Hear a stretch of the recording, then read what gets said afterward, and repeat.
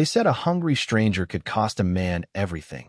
But Ethan Caldwell was about to learn that sometimes a single piece of bread could change the course of an entire valley. The wind moved low across the desert that evening, carrying dust through the sagebrush and painting the horizon in fading shades of gold and copper. Ethan rode slowly along the narrow trail leading back to his cabin, his old bay horse picking careful steps through loose stones and dry earth. It had been a hard week, harder than most. The cattle prices had fallen again, the well behind his cabin was running low, and the small sack of cornmeal tied behind his saddle was nearly empty. Out here, 20 miles from the nearest town, a man learned to count every meal. He also learned not to expect help. The trail behind Ethan stretched empty for miles, a thin brown scar across country that had forgotten how to be gentle. He remembered passing through Mercy Flats that morning, where men on the boardwalk had laughed at his empty saddlebag, and the storekeeper had counted his coins twice before handing over the cornmeal. Out here, poverty made a man invisible unless someone needed someone to blame. Maybe that was why the woman beneath the mesquite held his attention. She looked invisible too, not because she lacked presence, but because the world around her had already decided not to see her as a person. Ethan had never liked that about people. He had no grand speech for it, no polished belief, just a quiet dislike for any place where hunger could sit in plain sight and still be ignored. The sun was slipping behind the distant ridges when Ethan spotted something beneath a twisted mesquite tree. At first, he thought it was a pile of blankets abandoned by travelers. Then it moved. His hand settled on the saddle horn as he guided the horse closer. A woman sat against the trunk, her shoulders slumped with exhaustion. Dark hair fell across her face. Her clothing carried the patterns of the Apache people. Dust covered her sleeves. Her lips looked cracked from thirst. Yet despite her condition, her eyes remained alert, careful, watching him. Ethan stopped several yards away. The woman did not speak. Neither did he. For a long moment, only the desert wind moved between them. Then he noticed the small leather pouch clutched tightly against her chest. Whatever was inside, she protected it more carefully than she protected herself. Ethan had seen hunger before. He had seen it in rail camps, in dry towns after failed harvests, in the eyes of men too proud to ask for bread. But this was different. The Apache woman did not look beaten by hunger. She looked as if she had been carrying something heavier than thirst for many miles. That made him pause longer than he meant to. A smarter man might have ridden on. A safer man certainly would have. But Ethan had never trusted the kind of safety that required him to ignore suffering. Ethan slowly reached into his saddlebag. He pulled out a piece of cornbread wrapped in cloth, along with a strip of dried beef and a small tin cup of water. It was not much. In truth, it was nearly half of what he had left. The woman's eyes followed every movement. Ethan stepped forward, placed the food on a flat stone, and backed away. 3 slow steps. No sudden movements. No questions. No demands. The woman stared at the meal as if she could not decide whether it was real. Finally, she spoke. Her voice was barely louder than the wind. Why? Ethan shrugged. Because hungry folks do not owe explanations. For the first time, something changed in her expression. Not trust. Not yet. But surprise. The kind that comes when the world behaves differently than expected. She reached for the bread carefully, almost cautiously, and Ethan turned away to give her privacy. The sky darkened. The first evening stars appeared overhead. Somewhere in the distance, a coyote called across the open land. Ethan mounted his horse again and started toward home. He never noticed the small turquoise bead that slipped from the woman's hand and landed silently in the dust behind him. And he had no idea that by sunrise, that tiny piece of stone would mean the difference between being forgotten forever and becoming the most important man in the valley. The cabin sat alone beneath a sky crowded with stars. Its weathered boards creaked softly whenever the night wind crossed the valley. Ethan Caldwell tied his horse beside the corral and carried the last of his supplies inside. The room smelled faintly of cedar smoke, old leather, and coffee grounds that had been stretched far beyond their usefulness.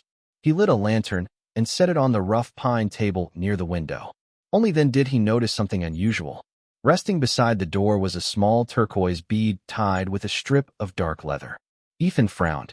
He was certain it had not been there before. He picked it up carefully and turned it between his fingers. The stone caught the lantern light with a deep blue glow that seemed almost alive. It looked valuable, but not in the way town merchants measured value. This felt personal, meaningful, like a message written in a language he could not read. He considered throwing it in a drawer and forgetting about it. Instead, he slipped the leather cord over a nail beside the fireplace. The bead changed the room without moving an inch. Ethan found himself looking at it every time the fire shifted or the lantern dimmed. It hung there beside the fireplace like a small blue eye watching over the cabin. He wondered whether returning it would be possible. He wondered whether keeping it might be an offense. Mostly, he wondered why the woman had left it behind at all. The people of Mercy Flats would have called it a warning.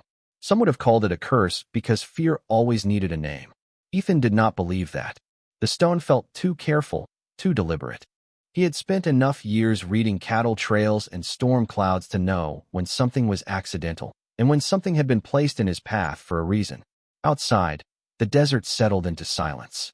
The kind of silence that could make a man feel like the last soul left on earth. Ethan sat at the table with a cup of watered-down coffee and stared into the lantern flame. His thoughts drifted back to the woman beneath the mesquite tree. Most travelers would have avoided her.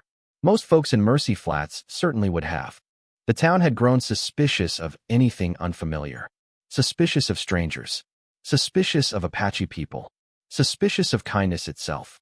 Ethan understood why people built walls around their hearts out here. Life was difficult. Trust could be expensive. But somewhere along the trail of his years, he had decided that being careful and being cruel were not the same thing. He slept with the bead still on his mind. Not because it frightened him, but because it felt like the valley had placed a question in his hand and walked away before he could answer. Every old board in the cabin made a sound that night. The roof tapped. The stove settled. The wind dragged sand softly against the door. Ethan lay awake thinking of the woman's eyes, how they had held fear without surrender. By dawn, the cabin seemed smaller than before, as if the whole world had quietly moved closer while he slept. Long after midnight, he finally stretched out on the narrow bed beside the window. Sleep came slowly. Then came a sound, faint at first, so faint he thought he imagined it. A distant hoofbeat. Then another. Ethan opened his eyes. The cabin remained dark except for dying embers in the fireplace. He listened. Silence returned. After several minutes, he closed his eyes again. Dawn arrived cold and pale. Sunlight spilled across the floorboards. Ethan stepped outside carrying a bucket toward the well. He stopped after only 3 steps. The bucket slipped from his hand and landed softly in the dust. The valley was no longer empty. Riders stood across the hillsides, along the ridges, near the creek, between the scattered cottonwoods. Dozens of them, maybe more. None spoke. None moved. They simply watched. Their horses stood as still as statues in the morning light. Ethan felt his heartbeat slow instead of quicken. There was something strange about the scene. If these riders had come with anger, the valley would have felt different. Yet the silence carried something else. Something heavier. Something waiting. Then, from the center of the gathering, one rider began moving toward the cabin, and hanging from his saddle was a strip of blue leather that matched the turquoise bead inside Ethan's home. The rider approached at an unhurried pace, his horse stepping carefully through the morning grass as sunlight spread across the valley. Ethan remained where he stood beside the well, his hands relaxed at his sides. The other riders did not move. They waited, watching, listening. The man who approached appeared older than the rest. Silver threaded through his dark hair. Feathers and turquoise hung from his clothing, moving gently in the breeze. When he stopped 20 feet from the cabin, he studied Ethan with calm eyes that revealed nothing. For several seconds, neither man spoke. Then the rider glanced toward the cabin door. His gaze settled briefly on the window, on the stone chimney, on the weathered porch. Finally, he nodded once, as if confirming something important. "You are Ethan Caldwell," he said. His English was slow and careful. Ethan nodded. "I am." The rider reached into a leather pouch hanging beside his saddle and removed a small object wrapped in cloth. He held it out. Ethan stepped forward cautiously and accepted it. The bundle felt surprisingly light. He unfolded the cloth and froze. Inside lay the other half of the turquoise bead hanging inside his cabin. The stone had been broken years ago and carefully polished, so both pieces matched perfectly when placed together. Ethan became aware of how poor he looked standing there in front of them all. His shirt was patched at the elbow. His boots were cracked near the heel. His cabin leaned slightly to one side, as if even the building had grown tired of surviving alone. Yet none of the Apache riders looked at him with mockery. That unsettled him more than suspicion would have. He was used to being judged by men who owned more land, more cattle, more certainty. He was not used to being measured in silence by people who seemed to be looking past his poverty and into something harder to hide. Ayanna seemed to know this. Her expression softened only a little, but enough to steady him. Ethan looked up. The rider was watching him closely. "Where did you get this?" Ethan asked. Before the man could answer, movement appeared at the edge of the gathering. Another horse emerged from among the riders. Ethan recognized the figure immediately, the woman from beneath the mesquite tree. She looked different now, rested, stronger. Her dark hair had been braided neatly, and the dust from the previous evening was gone. Yet it was her expression that surprised him most. The caution remained, but now it shared space with gratitude. She guided her horse beside the older rider and looked directly at Ethan. "You kept it," she said softly. Ethan frowned. "Kept what?" She nodded toward the cabin. "The bead." Ethan glanced toward the doorway behind him. It seemed important. A faint smile touched her face. Not large, not dramatic, just enough to change the morning. Ayanna did not step behind her father when Ethan looked at her. She held his gaze with the same quiet strength he had seen beneath the mesquite tree. That steadiness told him more than words could. She was not there as a rescued woman waiting to be spoken for. She had chosen to return. She had chosen to let her people see the man who had helped her when no one else was watching. Ethan felt the weight of that choice settle around him like a coat made for colder weather. The older rider exhaled slowly. "My name is Tahoma," he said. "I am chief of these people. Ayanna is my daughter." Ethan suddenly understood why so many riders stood across the valley. Yet that realization only deepened the mystery. He had shared a meal. Nothing more. Tahoma looked toward the horizon where sunlight now touched the distant hills. "3 days ago," he said, "my daughter carried something that many men have searched for." Ayanna's hand moved instinctively toward the small leather pouch hanging beside her saddle. "Some wanted it for money," Tahoma continued. "Others wanted it for power. Many would have traded kindness for advantage." His eyes returned to Ethan. "But yesterday, a hungry traveler met a hungry man, and the hungry man chose generosity." The valley remained silent. Then, one by one, riders across the hills lowered their heads in respect, and Ethan realized this gathering was only the beginning of a story he did not yet understand. A gentle breeze rolled through the valley, carrying the scent of dry grass and distant cedar. The riders remained silent across the hillsides, their presence transforming the familiar landscape into something Ethan Caldwell barely recognized. He stood beside the well, holding the 2 halves of the turquoise bead in his palm. Together they formed a perfect circle. Whatever this object represented, it clearly mattered to far more people than he understood. Chief Tahoma slowly dismounted and stepped onto the dusty ground. His boots left faint impressions in the earth as he approached. Ayanna followed several paces behind. Neither appeared hurried. Neither seemed concerned by the long silence hanging between them. Finally, Ethan looked toward the leather pouch resting beside Ayanna's saddle. "What exactly is everyone looking for?" he asked. Ayanna exchanged a glance with her father. Tahoma nodded once. She stepped forward and carefully untied the pouch. Ethan expected gold, documents, perhaps jewelry. Instead, Ayanna withdrew a folded bundle wrapped in worn buckskin. She opened it with extraordinary care. Inside lay several sheets of yellowed paper covered in faded writing and hand-drawn markings. Ethan blinked. "Maps." Ayanna nodded. "Very old maps." The morning sunlight touched the edges of the pages. Some corners had been repaired multiple times. Others showed signs of age and travel. "These belonged to my grandfather," she said, "and to his father before him." Ethan studied the papers without touching them. Why would anyone chase a collection of old maps? For the first time, Tahoma smiled faintly. "Because most men do not see what they are looking at." He pointed toward one of the markings. "These maps show springs, hidden water, seasonal rivers, safe crossings, places known by our families for generations." Ethan's expression changed immediately. Out here, water meant survival. A hidden spring could support cattle, travelers, entire communities. "Many people would pay for information like that," he said quietly. "Yes," Tahoma replied. "Some already tried. The maps were not drawn like the maps Ethan had seen in land offices. Those maps divided everything into borders, claims, prices, and sections. These lines breathed differently. They curved with ravines. They followed shade. They marked places where snowmelt hid beneath stone and where deer trails crossed shallow water after summer storms. There were small symbols in the margins that Ethan could not read, but he could feel the care behind them. Hands had unfolded these papers beside fires. Elders had explained them to children. Travelers had trusted them when the land offered no mercy. Ethan looked at the maps and understood why Ayanna had protected them with the last of her strength. Ethan had spent most of his life measuring land by what it could demand from a man. Fences needed mending. Wells needed digging. Cattle needed watching through dust storms and winter frost. But these maps measured the land differently. They remembered mercy. They remembered where water waited when the sky gave none. They remembered paths that kept children, elders, horses, and families alive. For the first time, Ethan understood that a map could be more than property. It could be memory folded into paper. Ayanna carefully folded the maps again.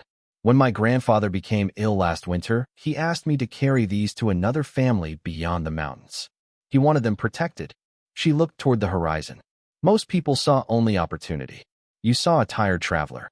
The words settled heavily in Ethan's chest. He suddenly felt embarrassed by how little he had actually done. A piece of bread. A drink of water. That was all. Yet somehow those simple things mattered more than wealth. Before he could answer, a distant sound drifted across the valley. Horse hooves. Fast. Unlike the calm gathering surrounding the cabin, these riders were moving with urgency. Several Apache riders turned their heads simultaneously. Tahoma's expression remained calm, but his eyes narrowed slightly. Ayanna secured the pouch and looked toward the southern ridge. A small cloud of dust had appeared there. Ethan followed their gaze. 3 riders were approaching from the direction of Mercy Flats. He could not identify them yet, but something about their speed felt wrong. Around the valley, the silence deepened. Even the wind seemed to pause. And for the first time since sunrise, Ethan sensed that the gathering outside his cabin was not only about gratitude. It was also about protection. The 3 riders came into view as the dust cloud rolled across the southern ridge. Sunlight flashed against metal buckles and polished saddle hardware. They were men from Mercy Flats. Ethan recognized them before their horses reached the valley floor. Silas Crow rode in front, a trader known for measuring everything in dollars and cents. Behind him came Vernon Pike and Curtis Hale, men who spent more time chasing rumors than building anything of their own. The moment they saw the gathering spread across the hills, their confidence faltered. Their horses slowed. Their eyes moved from rider to rider, counting numbers they clearly had not expected. Yet Silas continued forward. Pride often traveled farther than wisdom. He stopped nearly 30 yards from the cabin and stared at Chief Tahoma. Then his gaze shifted toward Ayanna and finally settled on the leather pouch hanging beside her saddle. Ethan noticed the change immediately. Recognition. There it is, Silas said quietly. Nobody answered. The valley remained still. Even the horses seemed unwilling to disturb the silence. Silas forced a smile. We have been looking all over this territory. Ayanna's expression did not change. You have been following me. Silas spread his hands as though offering friendship. Following is an ugly word. We simply wanted to talk. Ethan glanced at Ayanna. The look in her eyes suggested she had heard similar words before. Vernon Pike shifted uneasily in his saddle. Curtis Hale avoided looking directly at the Apache riders surrounding the valley. The confidence they carried into the valley was draining away one heartbeat at a time. Silas let his horse take 3 slow steps forward, then stopped when several Apache riders shifted slightly along the ridge. No weapon was raised. No threat was spoken. Still, the movement carried weight. It reminded Silas that this valley was not his store counter, not his auction yard, not one of those back rooms in Mercy Flats where men settled other people's futures over whiskey and paper. Ethan saw the trader swallow his pride and try to dress it up as reason. That was Silas's gift. He could make greed sound like progress and theft sound like business. But standing before Ayanna, Tahoma, and the silent hills, his polished words began to look small. Silas Crow had always spoken as if the world had already agreed with him. His voice carried the polished certainty of a man used to buying silence and selling promises. But that morning, his words did not travel far.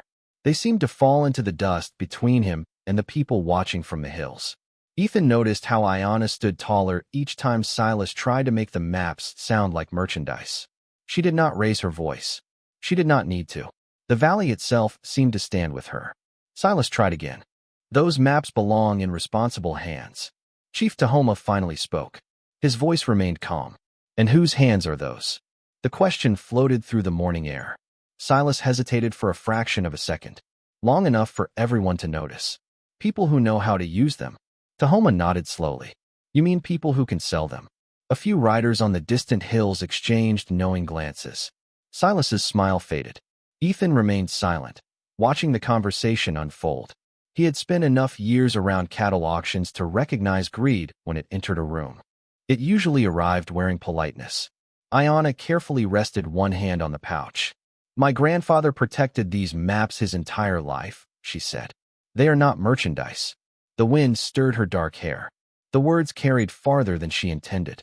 Silas looked around the valley once more. Hundreds of eyes watched him. Hundreds of people who clearly understood the value of something beyond money. For the first time, uncertainty crossed his face. Then Ethan noticed something unexpected. Several riders from the Apache gathering were smiling slightly. Not because of Silas. Not because of the maps. They were watching Ethan, as if waiting to see what kind of man he truly was when wealth, pressure, and opportunity finally stood in front of him together. The question lingered in the air long after the wind carried away the last of Silas Crow's words. Ethan Caldwell could feel dozens of eyes resting on him from every corner of the valley. Riders stood along the ridges. Horses shifted quietly in the grass. Somewhere near the creek, water moved over stone with a soft whisper. Nobody spoke. They waited. Ethan looked from Silas to Ayanna, and then toward the worn cabin behind him. It was a simple place. One room. A leaky roof that needed repair before winter. A table built from rough pine boards. Nothing inside worth stealing. Yet somehow that small cabin had become the center of a decision larger than anything he had expected. Silas straightened in his saddle. You understand what those maps are worth? He asked. Ethan nodded slowly. Enough to make people forget what matters. The answer landed harder than any argument. Vernon Pike lowered his gaze. Curtis Hale shifted uncomfortably. Even Silas seemed caught off guard. Ethan had spent years around ranchers, traders, and land speculators. He knew how easily a man's values could change when money appeared. He had seen neighbors become strangers over water rights. He had seen friendships disappear over a few acres of land. Out here, greed rarely arrived wearing a villain's face. Most of the time it arrived dressed like opportunity. Ethan remembered Mercy Flats then. He remembered the men who laughed when an old widow could not pay for grain. He remembered the shopkeeper who charged double to strangers who spoke with unfamiliar accents. He remembered staying quiet too many times because quiet was easier than trouble. That memory bothered him more than Silas did. The choice in front of him was not only about maps. It was about whether he would remain the kind of man who did right only when no one important was watching. Ethan thought of the spring before he knew it was his. He thought of water moving quietly under stone while men above argued over ownership. Maybe the land had always known better than the people fighting over it. Maybe water did not care what language a thirsty person spoke. The thought stayed with him as Silas waited for an answer. Ethan could have asked what he would gain by siding with Ayanna. He could have asked whether Tahoma would reward him. He could have asked whether the maps could save his failing ranch. But those questions belonged to a smaller man. So he let them pass through him like dust through an open door. Chief Tahoma watched Ethan carefully. There was no pressure in the old man's expression. No expectation. Only curiosity. Ayanna seemed equally interested in the answer. Ethan realized they were not testing his loyalty. They were trying to understand his character. There was a difference. He looked toward the leather pouch resting beside Ayanna's saddle. Those maps belonged to the people who protected them, he said quietly. Not to the highest bidder. Silence followed. Then something unexpected happened. One of the older Apache riders near the northern ridge nodded. Another followed. Soon several more exchanged approving glances. The reaction spread quietly through the gathering like sunlight crossing water. Tahoma's eyes softened.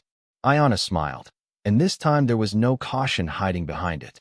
Before anyone could speak again, a young Apache rider emerged from the crowd carrying a small wooden box. He guided his horse toward Tahoma and handed it over. The chief accepted it carefully. The box appeared old, its corners worn smooth by decades of use. Tahoma opened the lid and studied its contents for several moments. Then he turned toward Ethan.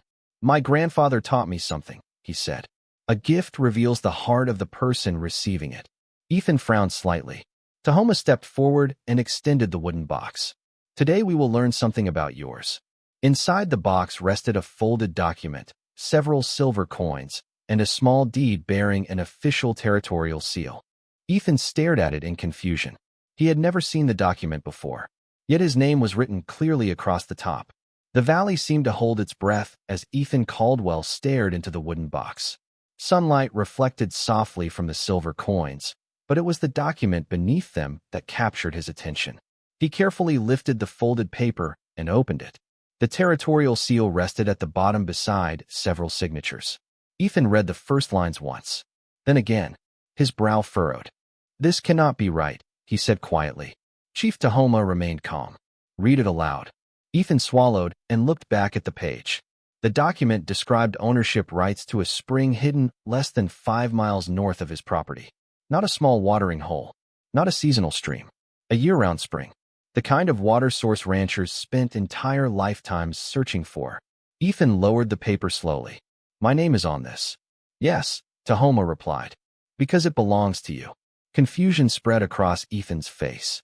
"I have never seen this before." Ayanna stepped forward. "Your father did." The words landed like a stone dropped into still water. Ethan looked up sharply. His father had died more than a decade earlier. Few people still spoke of him. Fewer still remembered much. Tahoma nodded toward the spring hills visible in the distance. "Many years ago your father helped my grandfather during a terrible drought. No payment was requested. No bargain was made. 2 men simply helped each other survive."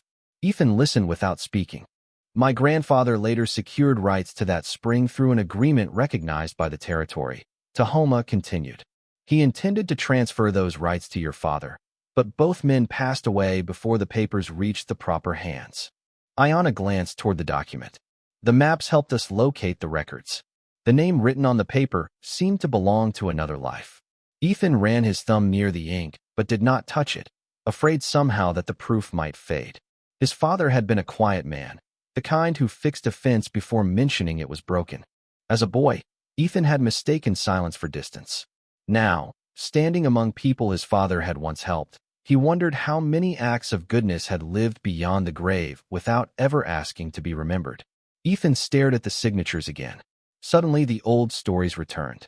Small memories from childhood. His father disappearing for days into the hills. Conversations he never understood. Names he had forgotten. All those scattered pieces now fit together. Across the valley, the riders remained silent. Watching. Waiting. Silas Crow stared at the deed with the expression of a man watching a door close. Ethan noticed it, but felt no triumph. Strange thing, justice. People expected it to arrive loud, with shouting or spectacle. But here it came quietly, folded in a wooden box, written in old ink, carried by people who had remembered what others forgot. The silver coins meant little beside that. The spring meant much more. But the story behind it meant most. Ethan had spent years believing his father left him nothing except a tired name and a few tools. Now he realized he had inherited something harder to count, a debt of honor paid forward through time. Silas Crow's expression had darkened considerably. He understood exactly what the document meant. A permanent spring could transform struggling ranch land into valuable property. Yet Ethan barely seemed interested in the value. He looked instead toward the distant hills where the water flowed unseen beneath the morning sun. "My father never told me any of this," he whispered. Tahoma smiled gently. "Some men plant trees knowing they will never sit beneath the shade." Ethan lowered the document and looked at the people surrounding his cabin. Hundreds had traveled across the desert carrying gratitude for a simple act of kindness. Yet standing there, he began to suspect that the greatest gift had never been the spring, the silver, or even the land. It was the discovery that goodness remembered by one generation could return through another, even after many years had passed. The morning stretched toward noon as the valley slowly relaxed. Horses lowered their heads to graze. Riders spoke quietly among themselves. The tension that had arrived with Silas Crow and his companions seemed to dissolve beneath the steady warmth of the sun. Yet Silas remained unusually silent. He watched the document in Ethan Caldwell's hands as though willing it to disappear. Finally, he cleared his throat. A spring that size could change this entire region, he said. Nobody disagreed. Ethan folded the document carefully and returned it to the wooden box. Maybe it can. Silas leaned forward slightly. Then you understand what people would pay for access. Ethan smiled faintly. That seems to be all you understand. Several riders nearby exchanged amused glances. Silas opened his mouth to reply but stopped. For perhaps the first time in his life, he found himself surrounded by people who measured value differently. Chief Tahoma stepped beside Ethan and looked toward the northern hills where the hidden spring waited. Water is meant to sustain life, he said. Not divide it. The words settled over the gathering. Even Vernon Pike lowered his eyes. Curtis Hale removed his hat and wiped dust from the brim. Something about the valley had changed them. Or perhaps it had simply revealed who they already were. The men from Mercy Flats did not leave immediately. They lingered at the edge of the gathering, smaller now without the confidence they had worn coming in. Vernon Pike looked toward the hills as if seeing them for the first time. Curtis Hale kept his hat in his hands. Silas said nothing. Perhaps he was angry. Perhaps he was ashamed. Ethan did not know, and for once, it did not matter. The decision had moved beyond him. The valley had witnessed something no court in town could have arranged. A truth accepted not because it was forced, but because everyone standing there could feel its weight. Ayanna guided her horse closer to Ethan. There is something else, she said. Ethan looked at her. She pointed toward the wooden box. Beneath the document rested another folded paper. Smaller, older. Ethan carefully opened it. The handwriting was faded but readable. He recognized the signature immediately. His father's. The letter was short, only a few lines. Yet each word carried weight. It spoke of friendship, of trust earned during difficult years, of a promise that kindness should never be forgotten simply because time had passed. Ethan read the final sentence twice. Then he folded the paper slowly and stared toward the distant hills. For a moment, he could almost hear his father's voice carried on the wind. Not giving instructions, not offering advice, simply reminding him what kind of man he hoped his son would become. The old letter changed the shape of the day. It made the spring more than water and the deed more than paper. It turned the valley into a place where two families, two peoples, and two histories had crossed without anyone in Mercy Flats ever knowing. Ethan folded the letter with care because it felt less like something he owned and more like something he had been trusted to carry. Ayanna watched him do it, and in her silence there was approval. My grandfather kept that letter for many years, she said. He believed one day it would find its way home. Ethan nodded but could not immediately answer. The emotion sitting in his chest felt larger than words. Around them, the riders began preparing for departure. Saddles were tightened, reins adjusted. The gathering that had filled the valley since dawn would soon become part of memory. Yet before anyone left, Tahoma raised one hand. Every conversation stopped. Every rider turned. The chief looked first at Ethan, then at the cabin, then at the hills beyond. Today, he said, an old promise has been completed. And as hundreds of heads bowed in quiet respect beneath the bright western sky, Ethan realized that the meal he had shared beside a lonely mesquite tree had never been about food at all. It had been about recognizing another human being when many others would have looked away. By late afternoon, the gathering began to fade into the distance. Riders disappeared beyond ridges painted gold by the descending sun. The sound of hooves slowly blended into the vast silence of the western desert until only a handful remained near the cabin. Ethan Caldwell stood on the porch holding the wooden box beneath one arm, while the cool breeze carried the scent of sage across the valley. It felt impossible that less than 24 hours earlier he had been riding home worried about his next meal. Now he possessed answers to questions he had never known to ask. Yet what stayed with him most was not the deed, the spring, or the letter. It was the memory of a tired traveler sitting alone beneath a mesquite tree. Ayanna approached quietly, leading her horse by the reins. The evening light softened the sharp edges of the landscape and painted everything in shades of amber. For a moment neither spoke. They simply watched the last riders disappear beyond the horizon. The valley feels different now, Ethan finally said. Ayanna smiled. The valley is the same. She glanced toward him. You are the one who changed.